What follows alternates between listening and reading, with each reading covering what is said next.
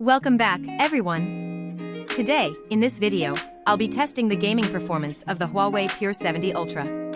There's been a lot of talk online about its performance, almost comparing it to the top-notch models. We tested 5 games: XingTie, Genshin Impact, Honor of Kings, Asphalt, and PUBG. During the tests, we used the game acceleration feature in the game assistant. First is XingTie. The graphics quality, as shown in the image, is set at a resolution of 744 pixels vertically, with 100 pixels and 59 steps. 1260 divided by 100 multiplied by 59 equals 743.4, which is close to 744. So, it follows the standard resolution of 744p. 1K is 1080, 1.5K is 1200, and 2K is 1440. However, many Chinese products are customized, leading to various unusual resolutions like 1260, 1264, 1280, and so on. These unusual resolutions often lead to slight errors when counting the resolution, especially in games like Genshin Impact or XingTie. The Black Tower main control warehouse, running for 30 minutes, averaged a frame rate of 47.78 frames per second with a power consumption of 6.08 watts. Frame drops began after 11 minutes. At this point, the highest temperature on the front reached 46.4 degrees Celsius, and after 30 minutes, it reached 47.1 degrees Celsius. The red line represents the frame rate curve of the Mate 60 Pro, showing a significant improvement. However, there is a significant touch delay during gameplay. So, the 60 frames per second are likely achieved through frame interpolation.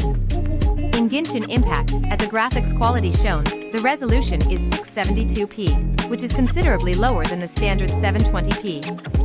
Vertically, there are 30 pixels and 16 steps.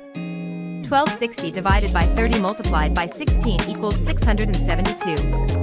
At this resolution, during 30 minutes of gameplay in windy and watery environments, the average frame rate was 54.99 frames per second with a power consumption of 5.24 watts. Frame drops began after 17 minutes, with temperatures reaching around 45.5 degrees Celsius near the front after this time. After 30 minutes, the highest temperature near the front was around 44.5 degrees Celsius. For the Mate 60 Pro Plus, there is still a significant improvement. This improvement can be attributed to 2 factors.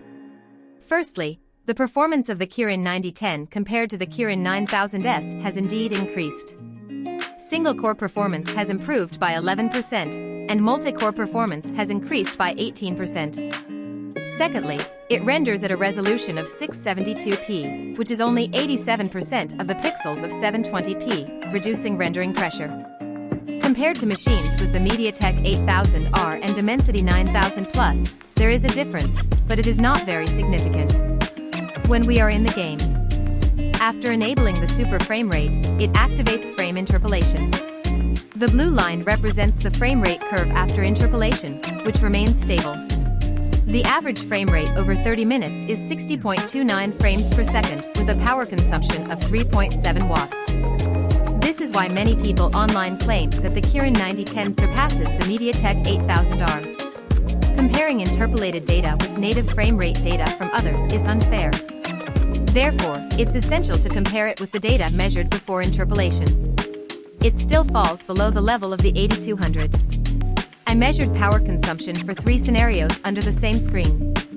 For native 30 frames, super frame rate 60 frames, and native 60 frames, it's evident that the power consumption of super frame rate 60 frames is slightly higher than that of native 30 frames. From this, it can be inferred that the 60 frames of super frame rate are interpolated from native 30 frames.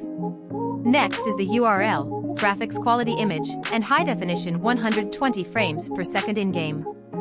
The average frame rate over 30 minutes is 119.71 frames per second with a power consumption of 3.13 watts and a temperature of 39.3 degrees Celsius. What surprises me is that the power consumption of 3.13 watts is really low compared to other 803. As well as the 802 machine, under the high-definition 120 frames, its power consumption is higher by 0.1 to 0.2 watts compared to even the 803 machine. Do you feel that there isn't much difference between the 802 and 803 machines? Is there a problem with the data you measured?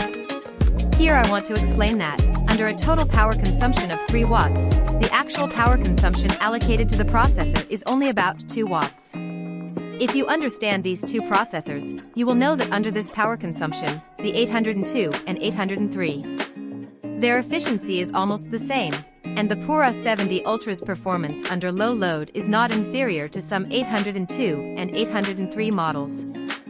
Please put the shaking ahead and send it to the barrage. The main difference lies in stability and temperature. The frame rate standard deviation is about 3 times that of the other 3 models, and the temperature is also 1 to 2 degrees higher. In the QQ car graphics quality image, the average frame rate in the 10G game area is 118.5 frames per second, with a power consumption of 5.1 watts and a temperature of 44.8 degrees Celsius. This temperature is still very high. From the frame rate curve, everything is fine except for frame drops in the underwater map. Compared to the Mantallion Pro, there's still significant improvement, with no occurrence of screen locking. Looking at power consumption compared to the Kirin 9000S, the increase is substantial. Compared to the 8000R, 80003, and T9000 models, there's still a gap, but it's not significant anymore. In the Chicken Dinner graphics quality image, the highest supported frame rate is currently only smooth 60 frames per second, with an average frame rate of 59.65 frames per second in the game area over 30 minutes. Power consumption is 2.72 watts, and the temperature is 38.2 degrees Celsius. Smooth 90 frames per second should be no problem, it just needs to be tested in the Chicken Dinner area. After all, even the previous Mantallion Pro could run at 90 frames per second. The performance of the Pura70 Ultra will only be better. In summary, the Huawei Pura70 Ultra performs well under low load, similar to the 8000R and 80003 models, especially in games like Honor of Kings.